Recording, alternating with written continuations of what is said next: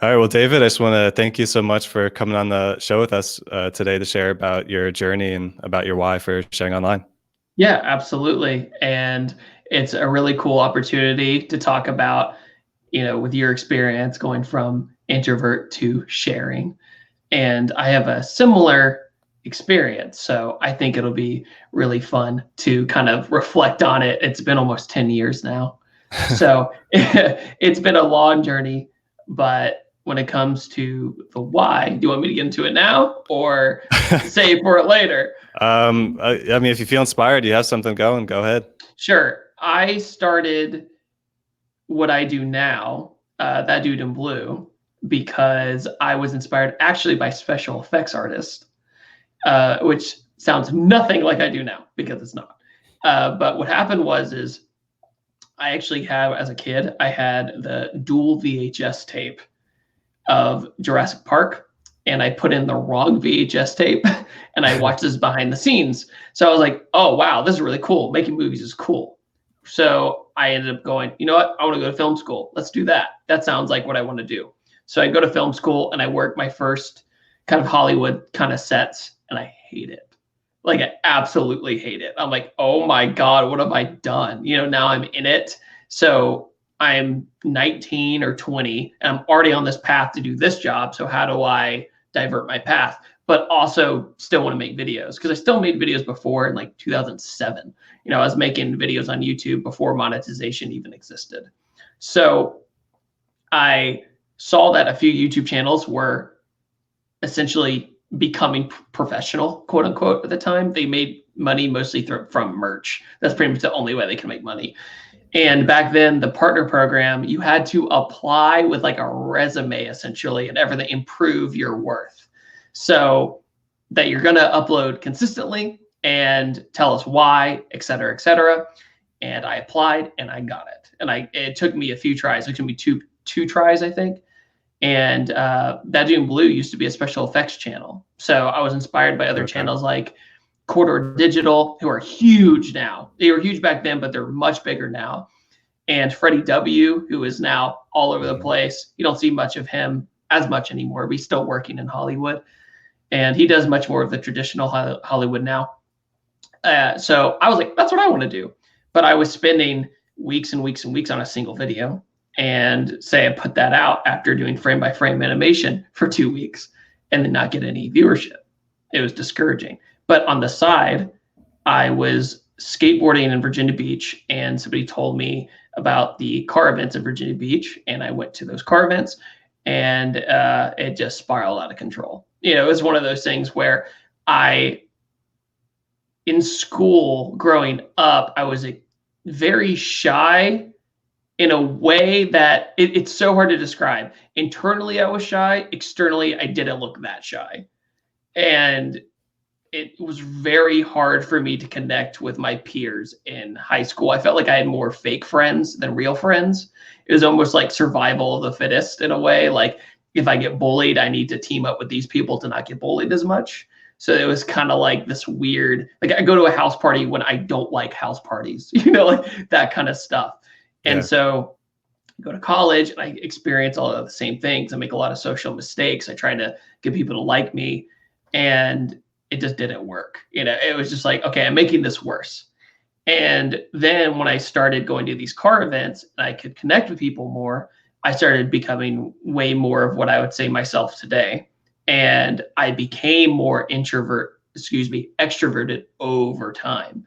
And so I got less and less scared to be my weird dorky self in that community, because I felt like I could do it. It felt easy. I didn't feel like I was being judged as much. I didn't feel like I was, there's always going to be trash talking in the car scene. That's always going to be a thing. Right. But it's pretty limited overall. If you go to like a big Cars and Coffee or something, so when you started going to the car meets, did you already have your YouTube channel doing? So I actually did not. So that's where everything kind of connects the dots. So I went to the car events and I got really into driving when I got my license. I was just driving around aimlessly. So I was like, I like cars, I just don't know a lot about them. So I started reading about them all over the internet with forums and everything else. and before Facebook really took over all those. And I had an '02 Mustang as a hand-me-down from my dad, and that was a blessing because it really got me into cars, even though it wasn't that great of a car in hindsight. But it was a great entry point because it made me go, oh, I like the sound of engines. Oh, I like this, this. And so I went from that to an '06 Mustang. And that's when I went to the skate park and somebody recommended me go to the car meets. It was like, oh, you have a nice car. You should go to this thing. So I go to the sketchy parking lot in front of a car wash, and boom, it's like real life Fast and Furious. And I'm like, this is real. Like I didn't even realize. Right. And I start instantly talking to people, and everybody, I think the number I learned real quick, don't pretend you know everything and you're fine. Just go in, ask questions, and learn about each person's car. If I had an interest in somebody's car, it really made me just like go for it. It's interesting because I compare it to like a school dance, to where you're at the awkwardness at a school dance and there's this really pretty girl you want to ask to dance, but you're too scared to do it. And you're like, I don't know. I don't want rejection. But at a car meet, you go, I like that 300ZX over there. I know nothing about them. I'm going to learn all about them. So I go right up. Hey, I like your car. Done. It was easy. And so this gained my confidence. And also it's where I found pretty much my best friends. And so when I started building this very intense relationship with my friends around, I'd say 2012, after that, I felt much more confident. And so I went through a really hard time before, like to the point where I was getting therapy because college was so difficult for me, and I didn't connect with anybody in my film school, and I had roommates and everything else. It was intense. So after that, I moved to my own place. That helped, and then after that, started going to the car meets religiously, and so that kind of broke a lot of mental barriers. Went past that, and then when I noticed that Dude in Blue just wasn't taking off, I took a hint. And I was watching The Smoking Tire, which is Matt Farah. And I was watching Matt Farah, Rob Freddy from Super Speeders. Like, these were the big names at the time, and they still have a presence. And I watched Matt Farah's videos. Like, if I do my homework and I do it my own way, I take my knowledge that I have from film school to make it pretty enough, but not too pretty to where it feels overly produced. Can I meet in the middle and create something really special? And so at that point, it was a conscious decision. So let's take a step back real quick. Sure. So you were already sharing with your special effects on YouTube at this point. Yeah. So what was it like starting that out? Was your personality in that? Was it like artistic, looking at things? Like can you describe that a little bit? So in 2007, or earlier than that, a really big fad on YouTube and eBaum's World and Funny, all those big websites, was lightsaber fights made by normal people. And so there was even a website that had a choreography competition. And so it was like fanfilms.net or whatever for Star Wars. And I'm a huge Star Wars nerd, so super into it. And I was like, I want to learn how to do lightsaber fight. That'd be cool. It's a good exercise. And me and a friend named Jack, I spent 3 months editing the whole thing. We choreographed the whole thing in a day. It took 2 days to shoot. In fact, our clothes change in the freaking video. It drives me insane. But I released this video. It gets like 20,000 views. And back in those days on YouTube, that was a huge deal. And so I was like, oh, this is cool. So I end up just kind of experimenting, and there you can just tell I'm super awkward in the videos. I don't know how to quite be on camera yet. Are you talking in these, or is it just rarely? And I would say it's not until I made this one experimental video that it really started to gain a little bit of traction consistently.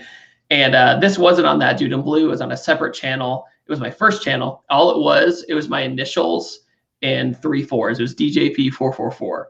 And it was because I just made it up real quick. And that was my first YouTube channel. And I ended up doing this series that had me instantly be creative and also test myself on my limit of doing special effects quickly. And so we came up with this. It was me and like two friends, and I would come home from high school every day and make these videos, and we called them a walk in random town. They're so dumb, but what it was basically live action Robot Chicken in a way, to where it would be a crazy thing happens, cut. A crazy thing happens, cut. There was no context whatsoever. It was basically me showcasing what I could do with special effects. So like, right. but God, they're so overly violent. Like, I look back at it, they're horrible because I wanted to learn how to blow somebody's head off with a gun, or like, Right. it's awful. Now I look at it, I'm like, oh my God, you were pretty bad. So that Yeah. channel is mostly just a creativity outlet. You saw some attention coming from it, so you just Mhm. sort of went for that, but you didn't Yes. really like take it as seriously. It wasn't like No, I knew I was on to maybe something later in life. It was one of those things where I wonder if YouTube's going to become a thing, right?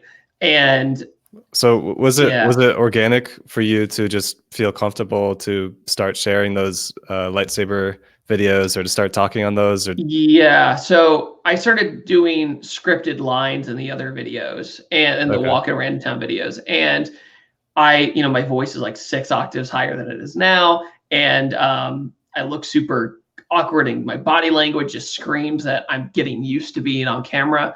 But at the same time, I think since I was so focused on making the effects work, that when I was on camera, I was less concerned about me and more about the palette. If I had to erase something on camera, I had to make sure that everything was lined up perfectly so I could layer things. So that gave me more of an opportunity to focus on something. And when kids started finding them in my high school, like, yeah, it's a quiet David kid. He's making these crazy things, right? Oh my God. You had to do it. here we go. You're gonna get copyrighted because it has like, yeah, don't turn audio on. Okay. But it has like class there me. Yep, there I am with a stick. So basically, I didn't learn how to comp out the stick yet. So that's what I was using as the light. So these are kids in my neighborhood who saw me filming. They wanted to be in it. I said, okay. And it took so long, to animate everything. But That's yeah, funny.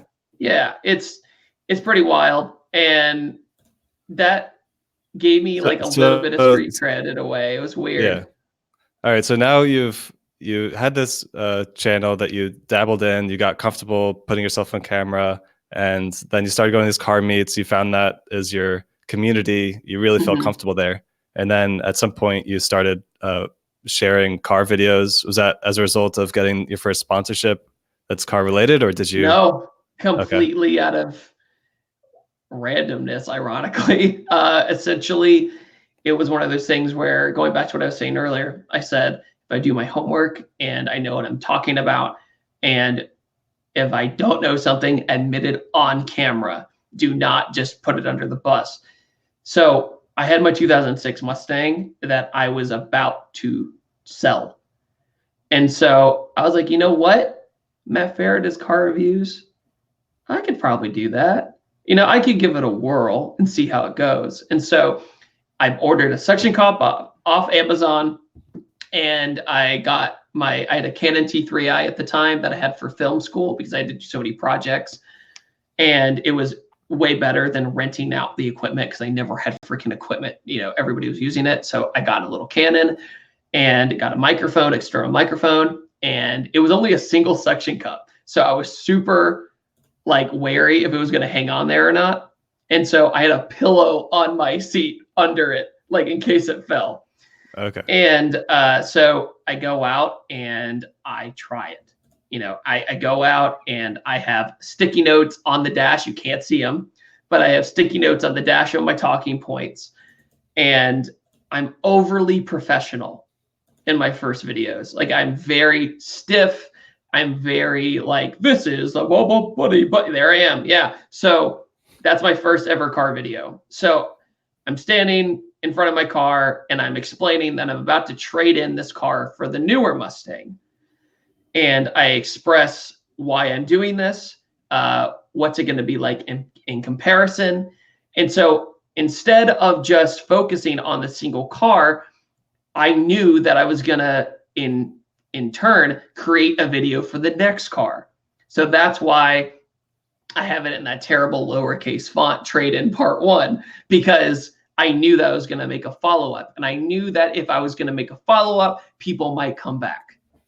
And so it was like the gears turning, and we didn't know if it was, I didn't know if it was going to work. And so I shared it on Facebook. And this one guy I kind of looked up to, he was a year older than me. And he was one of those guys in my high school parking lot that I would talk cars with, or at least try to, you know, and you're getting into it. And he would be like, yeah, let me teach you some things. Let me, oh no, that's not right. Make sure that it's this and that. So he sees me share this link on Facebook, and he goes, dude, you got potential in this. You should probably keep trying this. And I was like, okay. And so I did the second one. And then the second one is really what made things start to take off more. But I didn't, after that, I didn't consistently upload until I finished college. I uploaded maybe once a month during college because I was so focused on graduating that I still didn't see it quite as a career yet, because those videos weren't monetized. You know, there's nothing like that yet. I had been approved for the partner program, so that wasn't a thing yet. So I posted those out of sheer pleasure to see if I could get traction in any subject. Okay. So it worked, and I was like, roll with it. You know, there's not a lot of car channels, and also there's not a lot of younger people making car videos. So I was 21 when I made that first video. Okay, so yeah. So let's talk about that first video for a minute. When you were creating that, did you have any thoughts in your mind that were like holding you back? Like maybe you could have made this earlier. Did you have any like barriers that you've been holding at the time that was, you know, sort of in your way, and you had to work yourself to overcome?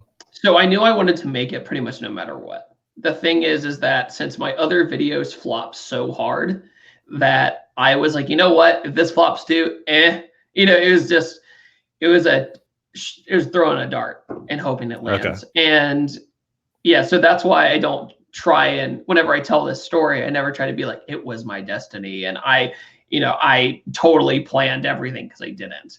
Right. And sometimes when you complete something and you are scared to hit that upload button, which I was, I was like, should I even do this? And I remember posting some of my first automotive videos on a forum called VA Driven. It was a Virginia car enthusiast website. And I got destroyed. I mean, honestly, I would, in a different life, if that's a whole thing, I probably would have quit, because it was that bad. I got, making fun of my physical appearance, how my voice sounds. He doesn't know what he's talking about. But my dad believed in me, and he was like, just ignore him. You're going to have to learn how to deal with this in the future. It's going to get worse in the future. So how are you going to handle it now? And so he was right. And so eventually, So that, that I think is a pretty pinnacle moment, because you shared this video that you're really putting yourself out there, you're being vulnerable. And then now you're getting all this backlash from your community, especially your local community, people that you'll see in person. Yeah. So like, in order to drive through that, I've found that people need a strong enough why to power through that. So what was your determining factor for continuing? Like, what was driving you to just ignore that and say, no matter what, I'm going to keep going? I think a big part of it was that I watched a lot of other car content on YouTube. I felt like that I could bridge a gap between overly professional and too lax, because I had a skill set that a lot of people didn't have. And I knew how to use my equipment pretty well. And you can see over time that it gets better and better and better and better, because I had just gotten that camera. I mean, if you look at that first video, you can tell that the color's a little off. You can tell that the focus isn't perfect. It's overexposed. But then over time, you see it get better and better. And so I knew if I just kept at it, I would just improve my craft rather than trying to please people.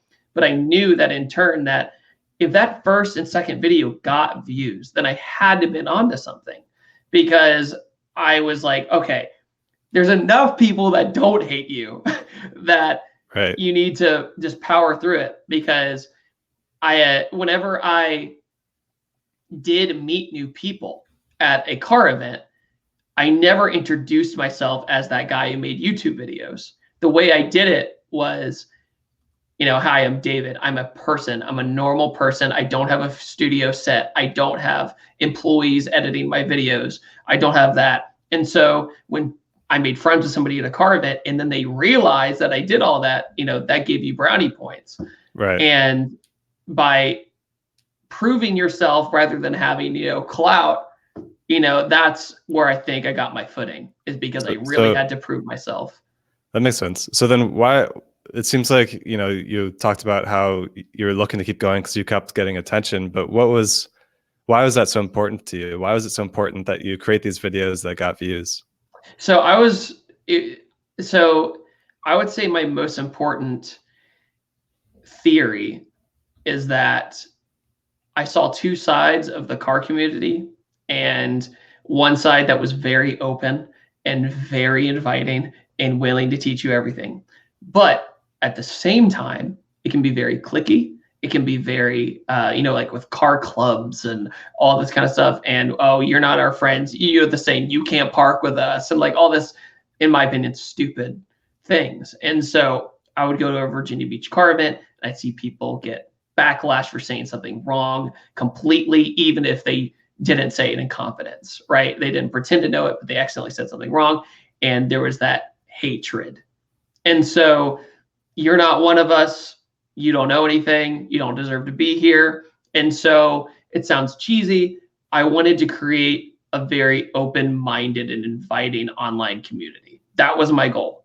And so the first time around, I don't think I quite had it yet, because later down the road, when I went full time in May of 2013. It was the day I graduated college. So I walked off the stage in my cap and gown and went and shot a video. Like I was like, here we go. We're gonna just go for it. And I moved home with my parents to not pay rent as much. And my parents, they said, hey, you got a year or 2 years and that's it. Make it work. And if you don't, go get a job in Hollywood, essentially. So I said, okay. So I grinded and grinded and grinded. And over time, it evolved into this community that I loved and cherished, rather than just spitting out facts about cars. And so that was my main motivation later. So you wanted to create this open-minded online community, and then that combined with you graduating from college and just being told this needs to work within 2 years or else. Yeah, so failure is not an option. That was kind of the saying. And there's a funny saying. I think Freddie W. said this like 10 years ago. He said, you want to know the key to the success of a YouTuber? A lot of all-nighters. And it's pretty true. You have to grind and grind and grind, because especially in the era that I was doing it, there was not a lot of people on YouTube in comparison to now. Now the YouTube's algorithm will shove a new channel hard. It's like, oh, this person's actually uploading. Let's put them everywhere. We want another big channel. But back then, it took me 3 years in total, that's including my special effects era, from 2010, 2011 to 2013 to get 1,000 subscribers. So yeah, it's way different now. I have a friend who just started his channel, and over a month he already has 1,000. It's I'm like, oh wow, it's so different. But it's a much more, it's a platform that's taken much more seriously now than it was then. Right. Yeah, a lot more users. So I want to dive a little bit deeper into your why there. So you wanted to create this online community of open-minded people in the car industry, and you wanted to be able to make a living while doing that. But why was it so important to you for just all of the above?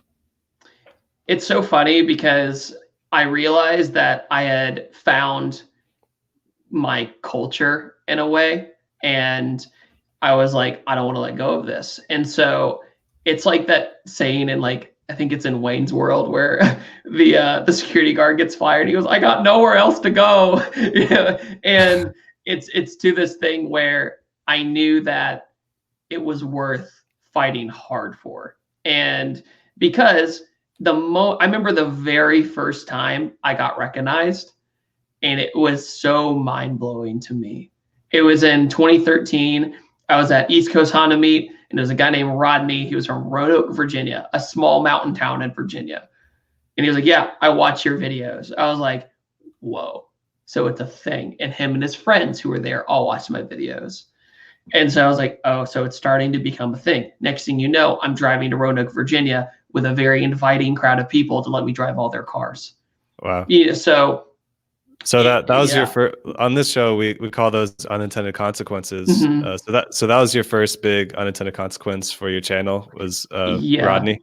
He's a huge one, and I give him a lot of credit because he was so kind to me and let me stay at his place, and it was such a cool time because you hear big artists like in bands and stuff talk about kind of like the hardest part of their journey was almost the best, because it shows that you're working up to something and it's something of values coming back, and instead of just maintaining. I like that.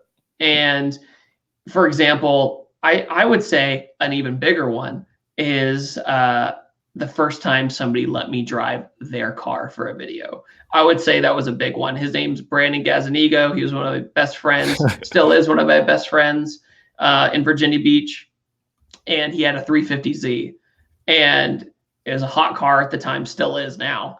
And I had only done those 2 review videos. I had done my car and my car. I hadn't done anything else. And so in between there, I did like a Boss 302 intake install video. And then I did something else to try and test the waters, what people liked. Finally, Gaz was like, drive my car for a video. I don't care. It is, I would scroll down. It's somewhere close. There it is, 350Z review with the yellow font on the very left. Yeah. That one was a big deal because when somebody saw me drive their car, bring it back safe, while also driving and accelerating, they said, oh, if he can handle this, he can handle this.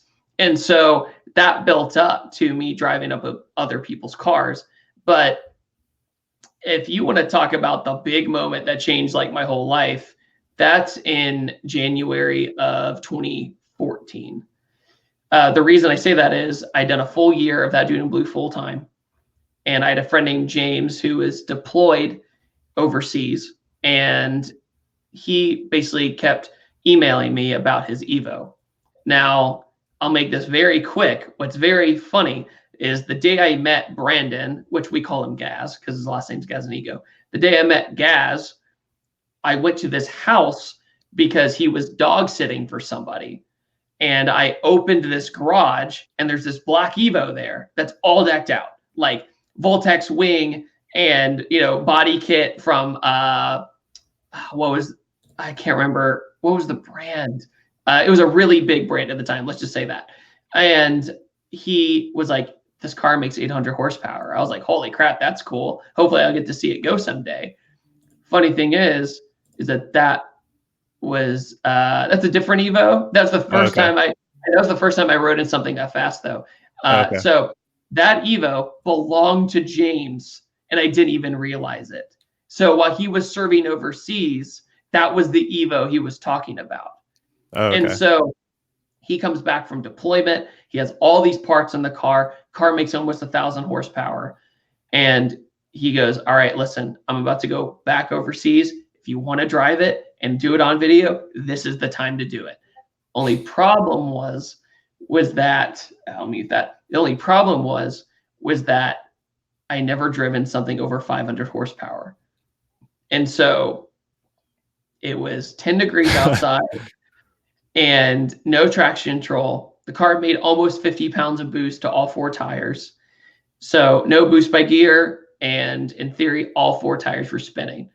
And so you would have this crazy crab walk sensation. The car would waddle back and forth under acceleration. And so you have torque steer up front and rear wheel drive spinning out back. So it was extremely dangerous, but I knew that it was my time to shine and I just sent it. I went as aggressive as I could. James gave me the permission to go as aggressive as I could. And I put the video together. It took me about a week to edit. I put it up. Boom. It gets shared by Car Throttle. It gets shared by all these people. You know, like young guy goes full send in Evo and tells the story of this Evo. And it was called Jasmine. He nicknamed it Jasmine because it was like an ex-girlfriend or something he couldn't stand because it broke all the time. And so we see this video get 10,000 views in a month, and that was a huge deal for me. You know, I remember I was like, James, look, it got 10,000 views. This is amazing. He's like, good job, blah, blah, blah. And we had no idea what the repercussions of that video would be, because then people started finally emailing me to review their cars. So they're like, oh my God, if he can handle this car and didn't, you know, kill himself, he can handle anything. And so by doing that, that's when I started getting the higher horsepower stuff. That's when I started getting the better tuner cars rather than, you know, a stock 350Z or something. So it created this identity on my channel that almost all the cars I drove that year in particular were really fast. But the problem was that people were afraid to email in if they had slower cars. They're like, oh, it's not good enough. And I had to constantly remind people, it's fine. It's not about how fast the car is.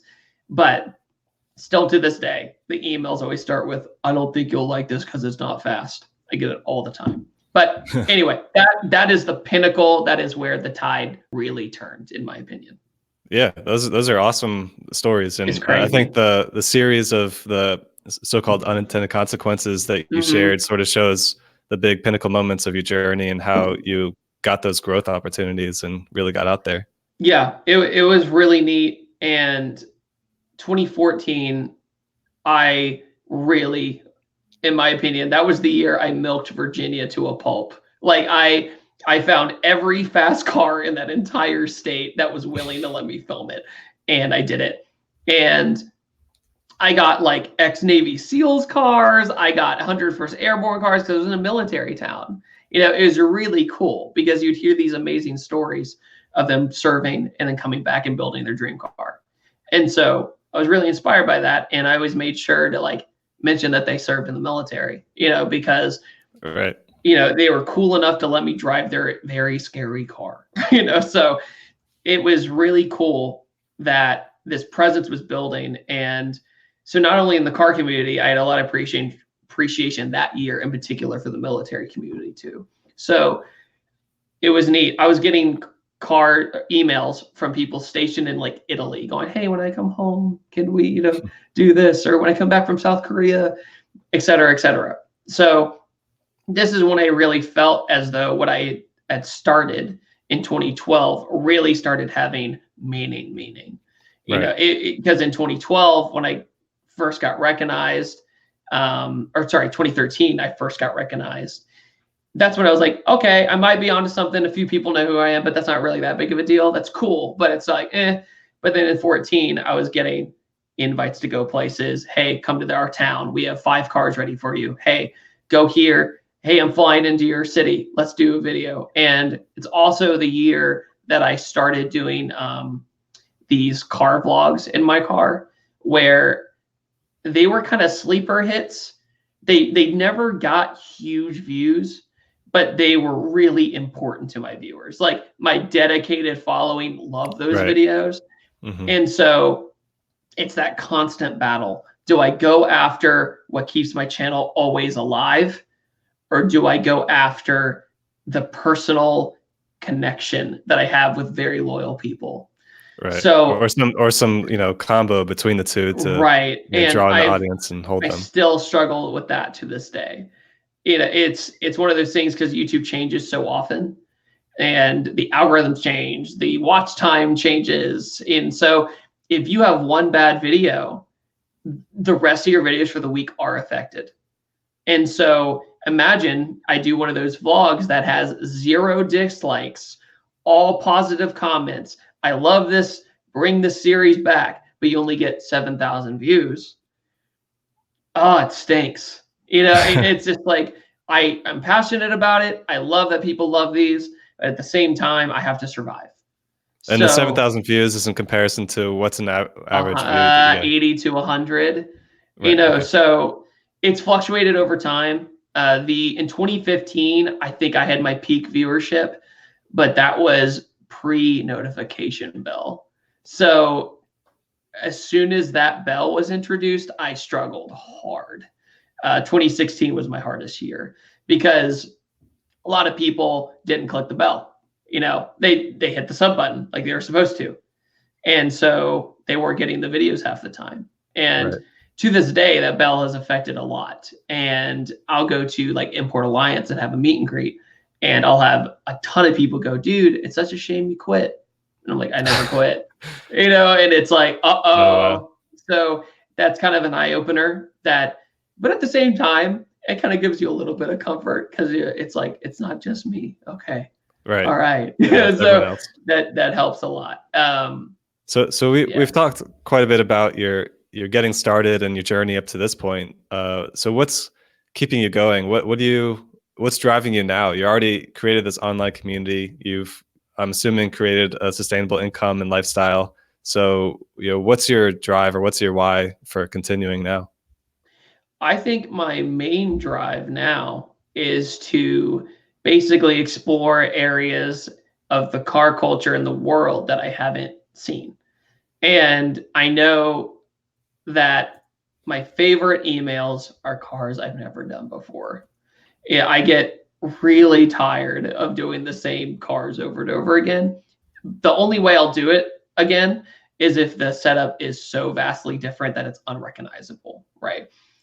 And or just visually interesting, you know, if they did had a nice kit or something. But when I get an email saying, "Hey, I have this really strange car that almost no one knows about," in in my opinion, that's my quest for knowledge being increased. So I just want to learn. That's all I like doing.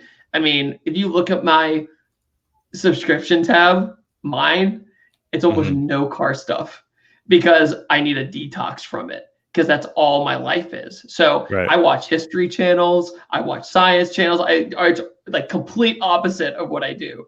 So I'm learning here, but I need to make sure that I'm progressing. So that's why if you see year after year, my style of videos change quite often. It's one of those things where the video format might be different, the editing style might be different because it keeps me sane. Hmm. And even if it hurts my long-term viewership sometimes, or my short-term viewership, excuse me, it's healthier for me. It's just one of those things where if I go to Puerto Rico and make a full documentary about their car culture, and I love that video. You know, I absolutely adore my own work again. If it's not just rinse and repeat, that Right. feels good. And so it's my quest to find more videos like that. It's my quest to dig deeper rather than just saying this car is good or not. Okay. And so I think that not enough people on the automotive side, like when they travel, they don't go into depth. They essentially go somewhere and they vlog it and they go, "I am here." And that's about it. You know, they don't really connect with the people as well. They don't. When I went to Puerto Rico, I interviewed people. I like got to know people. I made friends with people. I asked, "What makes this place so great? Tell me. I want to learn." And then I went to Saudi Arabia, out of all places, and actually got some backlash for going there, because a lot of people, obviously, not everybody agrees with their politics, but I'm not even going to get into that. But the point of the matter is that when it came to the people themselves, the people who live there, they were all nice to me, and yet we're halfway across the road going, everybody must hate us over there, or et cetera, et cetera. And I got to see some cool cars. I got to see their exotic culture, which is bananas. Right. And I got to do a complete opposite of Puerto Rico. I went to the desert, in comparison to Right. tropical. So I'm trying to branch out and do more video series like that. And I might end up doing a tour of America this year. I might end up going to like 12 cities. I'm praying that it goes through. But I want to do each city and what makes them different. And because every city says they have the best, Yeah. right? So it's sort No, of like a high level view of car culture from different communities. Because it's not just about the cars at this point. You know, you've driven most stuff, so now it's more Yeah. about Eventually the you're like, communities. okay, now what? And it's just when I make something that feels like it could be rewatched, that's what makes me feel good. You know, I also did Hawaii. I did Hawaii in 2016, and it's a very similar format to the Puerto Rico video, but that was my first time giving it a whirl, and the response was great. But at the same time, when you travel for YouTube, you have to do multiple videos when you're there. You can't just do one because you will never make that money back. You know, if you're paying, say it's a last minute flight, you know, you can't, Right. you basically bet the farm. You know, you go there going, I don't know if this video is going to get views or not, but I'm going to do it anyway. It's just not smart. Unfortunately, as much as I love being cultural and, you know, ever learning and all this, at the same time, you have to be careful with your finances in this business, and because it could end in an instant. It's one of those things where you just need to be ready. You need to have plan Bs. You need to have backup and savings, because you'll see a lot of these YouTubers live very lavishly, and you know, like with $500,000 cars or big mansions and all that. I'm like, first, if I did that, it would hurt my brand, because I've always tried to be a little bit more relatable. And that's why if I do an exotic review, it's a treat. It's not permanent. You know, I do a Lambo review, or I did a Porsche 918. I was like, this is a treat, right? Once in a million. You're never going to get to do this again. Say yes. Right. Do it. Did I get backlash from my tuner crowd? Of course I did. I don't know why. I'm like, just like cars, you know. But at the same time, I've stuck to my under $100,000 car roots for the most part. And I've asked individuals, would ThatDudeinBlue's identity be lost if I have an exotic car? They go, yeah, I wouldn't watch anymore. And I'm like, that's interesting. And it's also something to note. You need to listen. Right. And also, would that make my life any better? Probably not. It's, you know, that's just another financial thing over your head to keep an appearance up. Right. And when you're paying a second mortgage basically for a car, and you don't have the consistency of a normal salary, it's risky. And so I've always played it safe in that aspect. But at the same time, I try to build interesting cars that people like. I like that. I like that you're trying to stay true to your brand. I think that's really important. Yeah, because if you try to be everybody else, then you get lost in the fray. And I try to have this, you know, I grew up in the South, you know, very like, how are you doing? You know, very like Southern hospitality. I try to be inviting on my videos. I try not to have an appearance that's arrogant. You know, I never try to have like, I got all these viewers and they all follow what I say. I just really try to express what's going on, and here's some stuff you could learn and use yourself. So if I do a car review, I always make sure if there's a defect with the car or there's something you should watch out for, that's what I try to put in the videos. I focus more on that and the actual driving experience and how it makes me feel, rather than it has 100 horsepower and torque numbers and G forces, and Motor Trend does that perfectly. We don't need another one of those.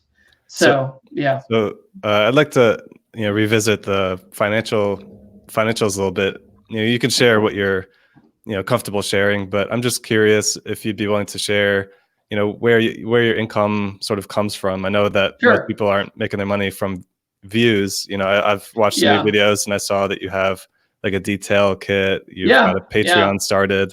Yeah, I just started that. And with the Patreon, I was really nervous about doing it because back in the day, it was not YouTube socially acceptable for doing something like that. I remember I tried to do like an Indiegogo way back in the day to try and get my channel off the ground.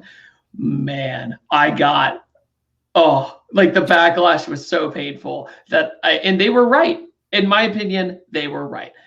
I should have proved my worth before asking for anything. I was a young, dumb kid that, you know, tried to take a shortcut. That's how I see it now. Right. But with Patreon, You know, it's one of those things where it's taken way more seriously now. It's a legitimate platform that's consistent. And I didn't promise my viewers a lot. I think that's important. If you can't deliver on what you're delivering for your patrons, do not do a Patreon. Like I give them one thing. I go, hey, here's a private Discord server and have fun talking about memes and cars. And also I'll give you recognition at the end of some of my videos once a month. So that's easy to do. You can always do that. And that's following models like movie channels I watch, like Red Letter Media and Internet Historian, who's like the funniest storyteller on the internet, in my opinion. He just at the very end, here's all my patrons, you're done. And so as long as you keep that price really low, I was like, you know what? As long as I make it very clear that it's not required to watch That Dude in Blue, I think it'll be okay. Yeah. And so I was really nervous about doing it, but that's new. So that's, you know, that hasn't been contributing to your lifestyle. No, not at all. Yeah. It's more of like a community thing and building relationships with people more individually. And that can last forever, you know? And on the other hand, with Paterson Car Care, I started that with Fonzie from Diff Your Car about in early 2018. And that was very difficult to start because, you know, we have original formulas. We had our own chemist do everything. We have double the bottle size as everybody else. But when we started, people said, oh, wait, if it's premium product and it's in double the size, then it must not be good. And so I was like, no, you're not getting it because you're getting overcharged for all the other stuff. I promise you. And so we tried to do this kind of elevator pitch saying it's more about the people than the product. And so we sell gallons for like $5 more. You know, you can literally make our stuff last forever. And so do we take a huge hit in profit for doing that? 100%. We could go down to a smaller bottle and make more profit, but we just liked the idea of people who wanted better stuff for cheaper, and they didn't have to go to AutoZone and result to really cheap stuff. So we just it's a way for you to make a little bit, just a little bit more, and by helping the community at the same time. Right, and you get something out of it because I was like, yeah, I could always make t-shirts and I can make all this stuff. But at the end of the day, if you can give somebody something tangible that they can use and enjoy, that's what I was like more going for. Because detail stuff, it's such a saturated market. You know, it's incredibly saturated. But anybody who buys my stuff whatsoever, we have such positive reviews. We've only had like 1 or 2 bad reviews ever. And one of them was that my label was damaged in shipping, you know, like something silly. So everybody who has used it, who's given it a chance, likes it. And so that's all that matters to me. So it's cool because we go to Import Alliance, we'll sell it in person. You know, we answer everybody's questions. We give people troubleshooting tips. We do all this stuff. So it kind of gives me another outlet to not just only focus on one thing all the time. And that's just a good way to create an income that is a little bit more consistent. And so YouTube is still my main gig for sure. Because if you look at AdSense numbers, it's like a roller coaster. You know, each month is like this. And so one month you're like, woo, we're doing awesome. Next month you're like, uh-oh, is this the end of me? And the good thing is that now that sponsors take YouTube more seriously, that can kind of be your savior sometimes. It's one of those things where if somebody appreciates your work and not just for the views, those are the best people to work with. Because they're like, hey, we actually like your content. We're not just in it to get views from you. We want to integrate with you because we think you're a good fit. And that's what feels good. And, you know, this weekend, I'm flying out to California to meet with big brands like Chevy and Ford and some other people to talk about potential car reviews, you know, that they have, and also talk about sponsorships in the future. And it's important to network. It's important to show face.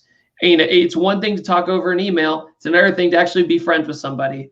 You know, and SEMA is so great for that. But if you can get a more privatized, like a smaller, intimate version, that's the way to go. 100%. Okay.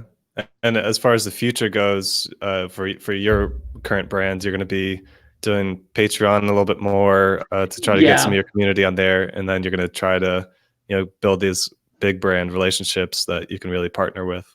correct. And it's one of those things where what's funny is when you are contacted by a massive brand, I got two I'm working with right now that I'm not allowed to say, but they're two massive companies, and I'm basically teaching them how to do this. Because it's such a new way of advertising.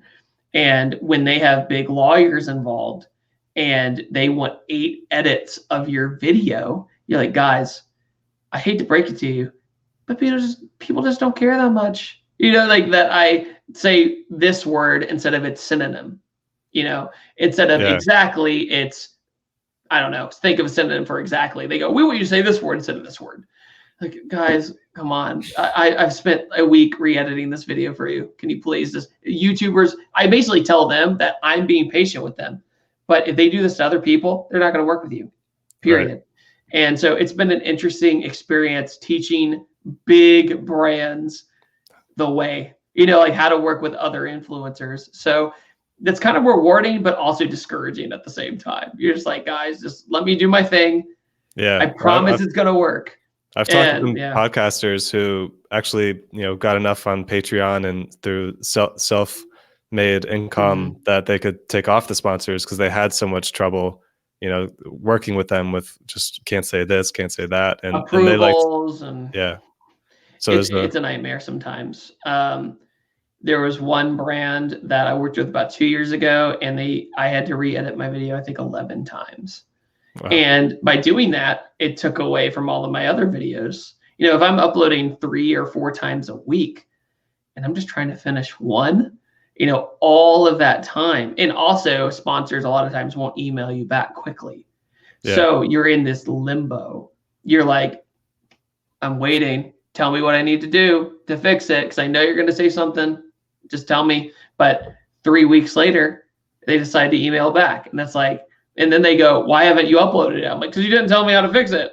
So it can be a bad relationship, but I think it's important to have patience, because not too much patience, but at the same time, like, defend your ground.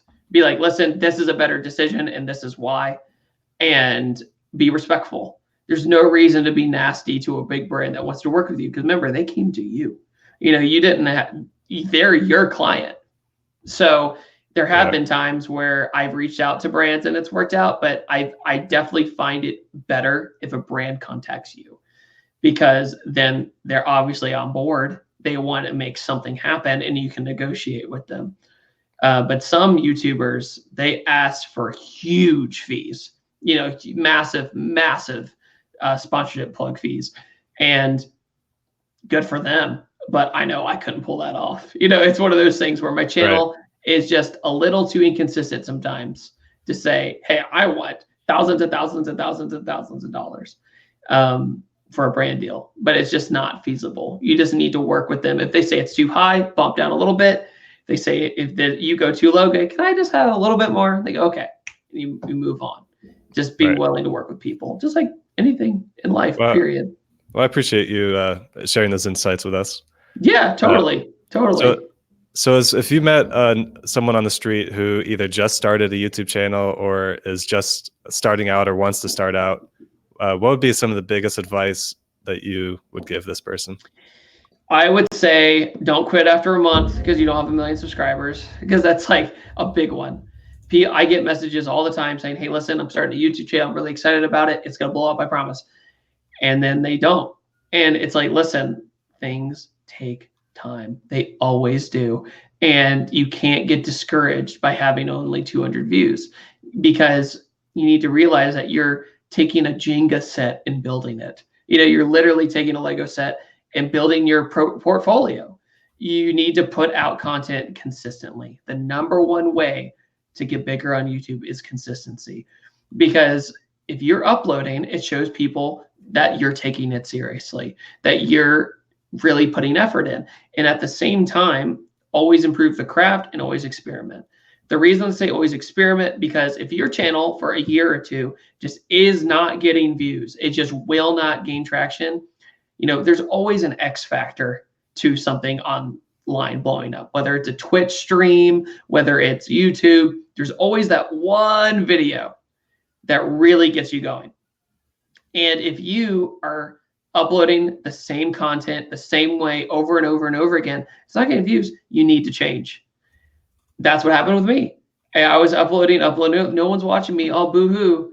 Well, maybe you should change and try something new. Because if your channel is small enough anyway, you have nothing to lose.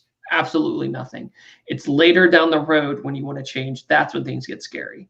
Because if you have a pre-established channel that, like for example, car reviews for me, the moment I divert from car reviews, I take a hit. But I have to do it because it helps me. But my advice is try something different, period. If you are doing a movie channel, no one's watching it, go over to gaming, go over to another passion you have, go over to anything. Just put out one video. If that gets more views than all your other videos, you're onto something. So if you see, I keep going back to movie review channels because they're a great format. There's a simple format. Somebody's sitting in front of a camera and they talk about it. If they don't work, the community just isn't there. They need to go somewhere else that they're passionate about and see if that community blows up for them. And also, you need to be doing something that you are passionate about. I've said passionate like 6 times this sentence, but if you're not in it and you're only in it for the money, trust me, there's plenty of YouTubers I've met who are only in it for the money, and it breaks my heart because and a lot of them are very successful. The thing is that, you know, down the road that they're probably gonna be depressed. You know, they're probably gonna be mentally drained for doing something they don't love. And so if you're doing a subject that you don't love and you're just doing it because it's a trend, or you're just doing it, you need to think about the long-term ramifications of what you're doing, how you're going to influence people. Are you going to inspire people? Because if your channel is big, you are going to inspire people. I mean, there's huge YouTube channels now that, you know, came to me in 2013 and said, hey, I like your stuff, I want to try a channel.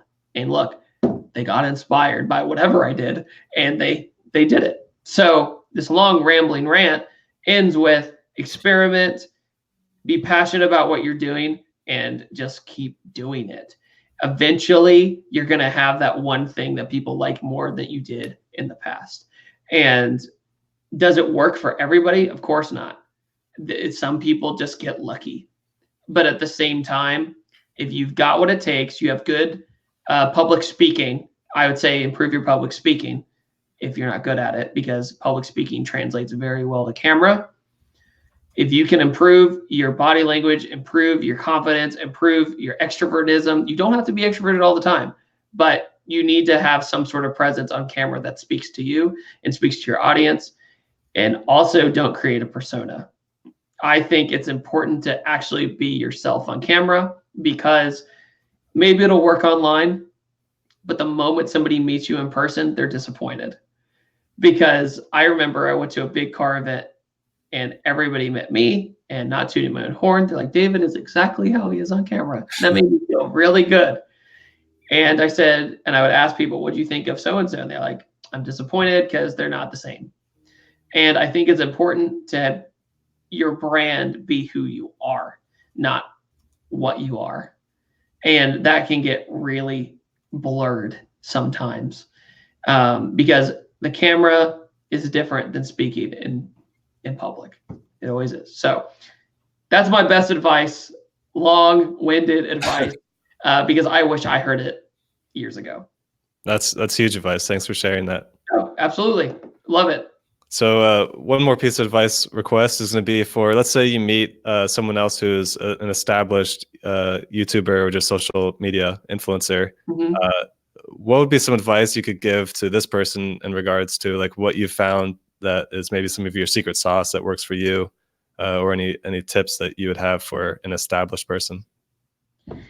I would say, it's funny, it's very similar to beginning, because if you're established and you're stuck in a rut, that's that's dangerous. I mean, if you're doing the same content over and over and over again, your audience only wants that thing. And the moment you try to divert, it's a problem. But I would say, going off to the side with this, is don't be afraid to just try new things when it comes to like opportunities, because sometimes you'll get an opportunity. I don't know. I had an opportunity to go to London recently, and I went there and I drove a McLaren 720S, which was cool. I toured McLaren, which is even cooler. And also I got to work with the directors of Hobbs and Shaw, which is neat. He also did Deadpool 2 and did all of that content I could have potentially had work for my channel. Or do I just take the opportunity to live life a little bit and just enjoy where I am? And I would tell an established person is, don't forget to smell the roses, because the position you're in is extremely blessed, no matter how much money you're making. If you're making it, period, you are blessed, because most people have trouble. And literally, if you go on a trip somewhere and it's 5 days and you're filming, I don't know, you plan on filming all 5 of those days, take 1 day off. Take at least one to soak it in, because the moment you get back home and you look at that footage, sometimes you'll forget you were even there, because you're like, I was there, but I wasn't there, because I wasn't taking it in. So I think a big important thing is to just do things for yourself sometimes, because, for example, my 240 finally worked again. I didn't film it. And a lot of people would be like, I'll reverse some letters, you're knucking futs, because that's content. You're crazy. That could have been a clickbait title, first whatever. Well, I built the car since 2015. I'm tired of it. I just want to drive it. So I put the camera down and I took it for a drive. And most people wouldn't do that. And it's probably, on one end, business-wise, is that smart? Probably not. But at the other end, is it good for you? It's better for you, because you got to really enjoy that pinnacle moment of maybe your life. So if you finish a project car that took you 5 years, you're really just gonna go for a drive and just film and talk to somebody who's not even there, or you could really interpret the situation, soak it in, and enjoy your achievement. So when I do these trips to Europe, or in Puerto Rico, perfect example, I took a day off and went to the beach, and meanwhile, I know a lot of everybody else who's there for YouTube is grinding the entire time. And a perfect example is, this would be a good one to finish this one on, is I went to New York City and I hadn't been there in a while, and I went for AutoCon, and it's this, it's a car show on a pier. It's pretty neat. And I walk around and I decide I'm not going to have a booth. I'm not going to have a meet and greet. I'm not going to have anything. Whoever finds me, finds me. And so I walk around semi-incognito. I have my hat backwards, which is even more of an invisibility cloak, because I always wear my hat. And walking around, and people who find me are genuinely excited. They're genuinely happy to talk, and we have a real conversation. We have a real connection. We end up being friends rather than just shaking somebody's hand, get the F out, next. And so a few of my other YouTuber friends were there with booths, selling merch. Did they make thousands of bucks? I bet they did. But they were tired. They were stressed. They didn't get to do anything fun. And I'm walking around AutoCon, seeing cool cars, and there's this one guy named Aaron who comes up. He's wearing a backpack and a skateboard. And I have a huge history in skateboarding. It's one of my passions. I still do it. And I go, oh, nice skateboard. What kind of deck is it, et cetera? And we start talking skateboarding. And he goes, yeah, I got to skate with Tony Hawk one time, et cetera. I was like, oh, that's really cool. And I look around AutoCon. I look at the time. I see the booths all still selling merch. And I'm like, I've talked to maybe 100 people today. Whoever's going to find me is probably going to find me. So I was like, where's the nearest skate park in Manhattan?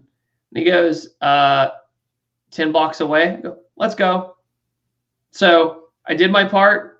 I did a meet and greet in a very organic way. I saw every car. I got all the footage I needed for my video. I got all the interviews I needed. I shot everything I wanted. And I was in New York City, and I was just going to throw that opportunity away. I don't think so. So I literally took that opportunity to go to a cool car show, get my work done, cut it off an hour early instead of going all the way through for really no reason. I would have just lingered there the entire time. Instead, I took the opportunity of the location I was in to actually enjoy myself. So I ride Aaron's skateboard. He rides his bike. I ride the 10 blocks of the skate park, and I go ride the skate park until sunset in Manhattan and have a great old time and have dinner with him and his significant other.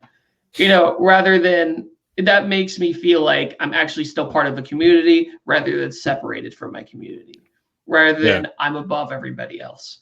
So I think it's important to know your feats and also know that you have done something special, but not in an arrogant way. Just appreciate it. Appreciate that you've grinded all these years, but at the same time, don't act like you're completely above other people. So that's why I hang out with my subscribers when I do car reviews. I go get lunch with them. I have dinner with them, whatever time it is, because I appreciate what they did for me. If they drove 6 hours, I'm going to have lunch with them. I'm going to do these things with them. And does that sound crazy? Yeah, because you don't know if somebody is off. But at the same time, it's one of those things where if this person supports you, 99.9% of the time, they're probably pretty cool. So long story short, yeah, on paper, I probably shouldn't have done it, but I did it anyway. Yeah. I like that a lot. I mean, that shows that you just, keep yourself humble. And I mean, I've done, trade shows at a lot of different conferences and at car events.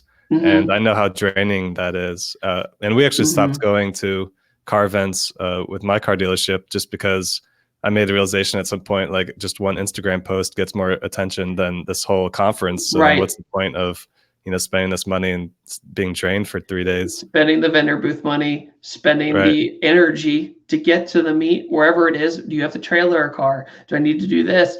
Or put out a newsletter, put out a video, put out a promotion on your Instagram and invite people to come see your cars.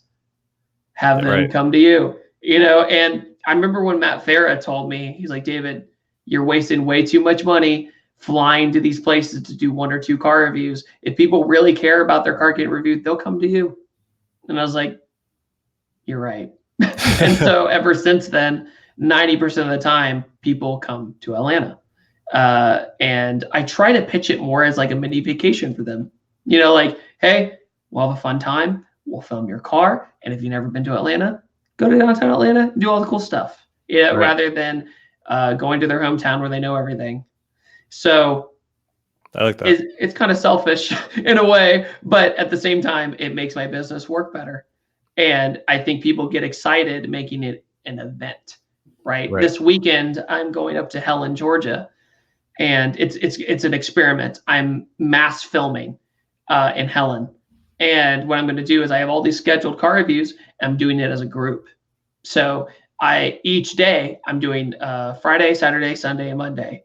It's going to be intense, but I think it's going to pay off because think about it. If I pay for a hotel room for those 4 days and, but I'm getting all this content, it's one of those things where you're in a beautiful location. People have never been to Helen before. It has great driving roads. Now I've really made it a vacation, like people coming to a beautiful place, getting their car filmed and also hanging out with fellow car people who watch the same channel. So they're going to connect somehow. That's a good idea. So if this works, I'm going to do it way more often. So I think instead of just meeting in some public parking lot in Atlanta, I think it's going to be way more effective of giving people an experience rather than just their video. Yeah. And you've got people all over the world and you're talking about this tour you want to do and travel more and see the car scene in different communities. So I could see how, this is a test for something that could be much bigger at the same time. Correct. So like I might end up working with I'm going to try to get a public meeting, like car meet in each location that won't get us kicked out. And that alone is very difficult. But I'm trying to think of going to a city, filming there 3 or 4 days, probably 3, because 4 would just be wow. I did the math. I would be gone from home for like 53 days. So I'm like trying to narrow down what's really necessary in each city. And I'm trying to work with like karting places and stuff like that because it gives Yeah. people something to do rather than just coming and surrounding me and I do a big public speech and everybody goes home, because that's always what happens. Like I always compared it to stand-up comedy. It's like people see me who want to come meet me and this half moon forms around me of people who just want to be there. And it's like, okay, I'm rambling just like I am here. I'm talking about cars and individuals will ask me questions. I answer them. It's like this massive Q&A just surround with like 100 people. And you're never going to have a personal connection like that. It's never going to happen. So if you can give them something to do with you, I think that'll work, especially if you're karting or, I don't know, going somewhere fun, somewhere to do something. And I think that's a problem with a lot of car events too. Car events don't have enough to do because you'll go, you'll walk it, cool, and then you leave. And when I was younger, I would stick there all day just because I liked being there. And it's funny when you get older, you get a little bit more cynical. You get there and you're like, I've seen all these cars before. They're all the same ones from my area. Right. And then you just kind of leave. So I definitely think that car events adding stuff to do is the key to saving a lot of car culture and saving a lot of car events. I mean, that's why you see people like adding RC tracks and, little things building up to it. But I did an experiment. I had a car event at K1 Speed here in Atlanta, and it was great. Everybody got their turn. Everybody raced me. K1 gave me like 20 races. So I could like just race everybody. So no one felt like they got gypped. They wanted to say that they raced against that dude in blue, however, and and I also have a lot of families who watch my channel because I don't curse on my channel. And if I do, I censor it. So it's neat because I go, if I go to a car meet that's organized with multiple car YouTubers, everybody has like their people. It's funny because like their demographic, and mine is just like ridiculous. It's like kids who are like 5 to people who are like 80, because it's like, I like your videos, young man. And then it's like, my dad has me watch your videos. So as long as you do something and know your audience and appeal to everybody, it's great. It's awesome. Awesome.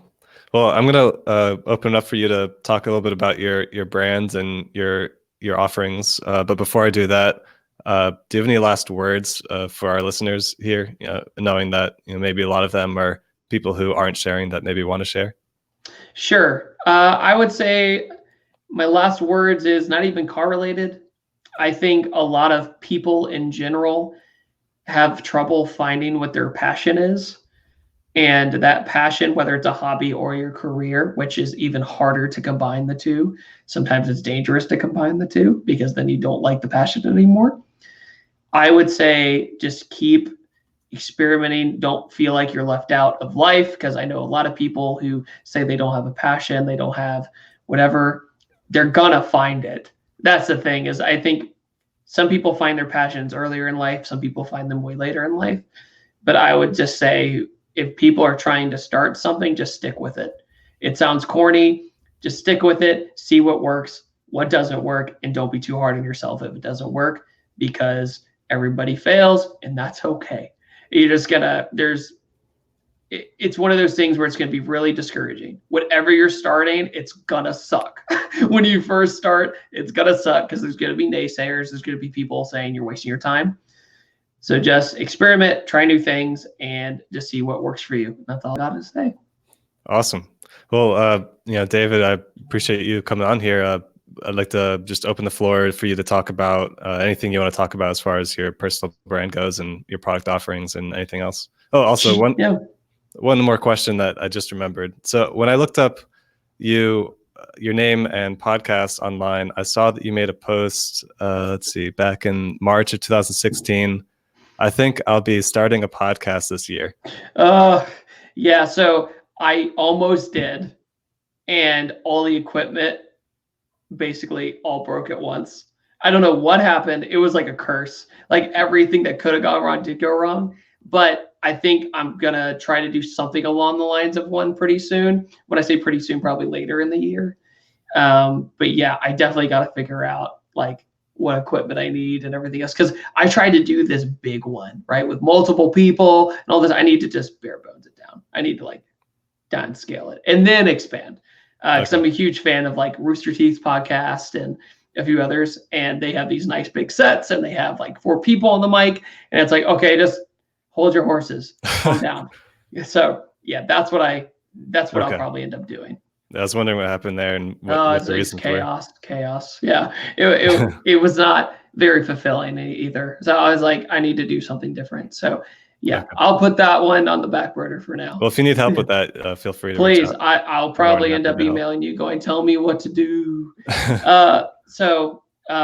Anyway, do you still want me to open up the floor and just go for it? Yeah, okay, go for sure. it. So my YouTube channel is ThatDudeinBlue. It's all one word. So don't think it's that guy in blue or that man in blue. A lot of people get it wrong. So ThatDudeinBlue, all one word. My Instagram is the exact same. My Twitter is the exact same. And the Facebook is the exact same. I also have Paterson Car Care, which is my detail brand, which really supports the channel.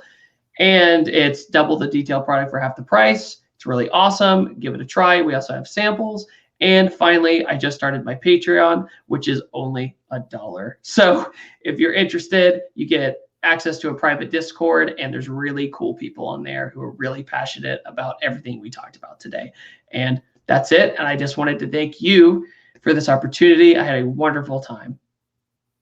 Oh yeah, thanks so much for coming on. I'm gonna have links to all that on our website. I'm gonna have awesome. The show notes for the episode, and once it comes out, I'll make sure to send everything to you. Okay, sounds awesome. Thank you so much for everything. Awesome. Well, before I let you go, I like to ask my guests for any feedback based on your experience as being a guest, because I'm still trying to self-develop myself as being a host of a show. And, you know, as far as your whole experience goes with our communication and how the interview went, did you feel caught off guard? Did you like certain aspects?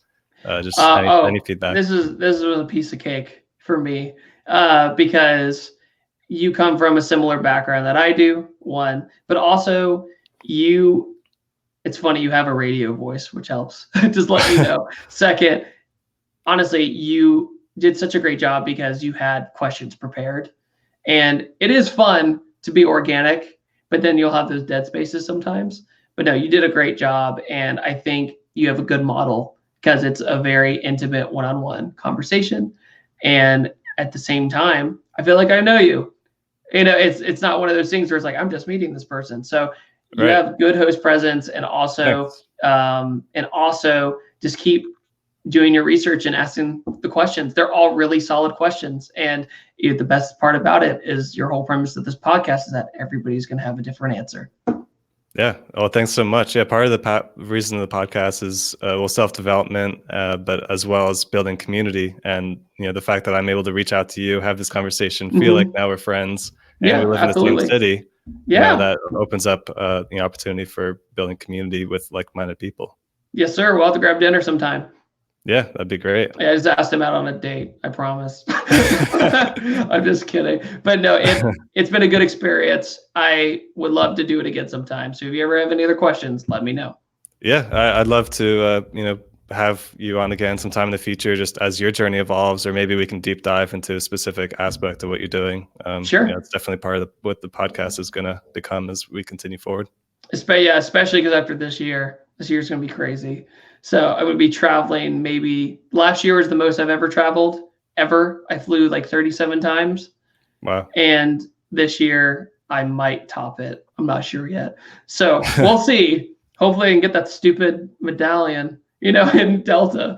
So going for that. Yeah. Well, if you do, if Tampa's part of your trip or somewhere near there, then, there's a warehouse of cars that you're more than welcome to drive. I will try and, is Florida on there? Fort Lauderdale's on there, so it's not that far. Yeah, so I'll try to make it work. Yeah, we'll see. Yeah, we got to find that weird, quirky stuff. That's the best. Yeah, well, I got a R33 GTR that just came in, a V-Spec. There you go. I've only done the, it's a V-Spec. That's even crazier. I've only done the GTST, so that'd be sweet. Nice. Well, anyway. Ta-da. Yeah. Yeah. Well, it's cool Okay. connecting with you. Thanks so much for coming on the show. You added a lot of value to all of our listeners, so I appreciate that. And I Yeah, look I hope forward to so. keeping the conversation going. Okay, sounds good. Thanks for everything. All right. You too. Have a good one. Thank you. Bye-bye.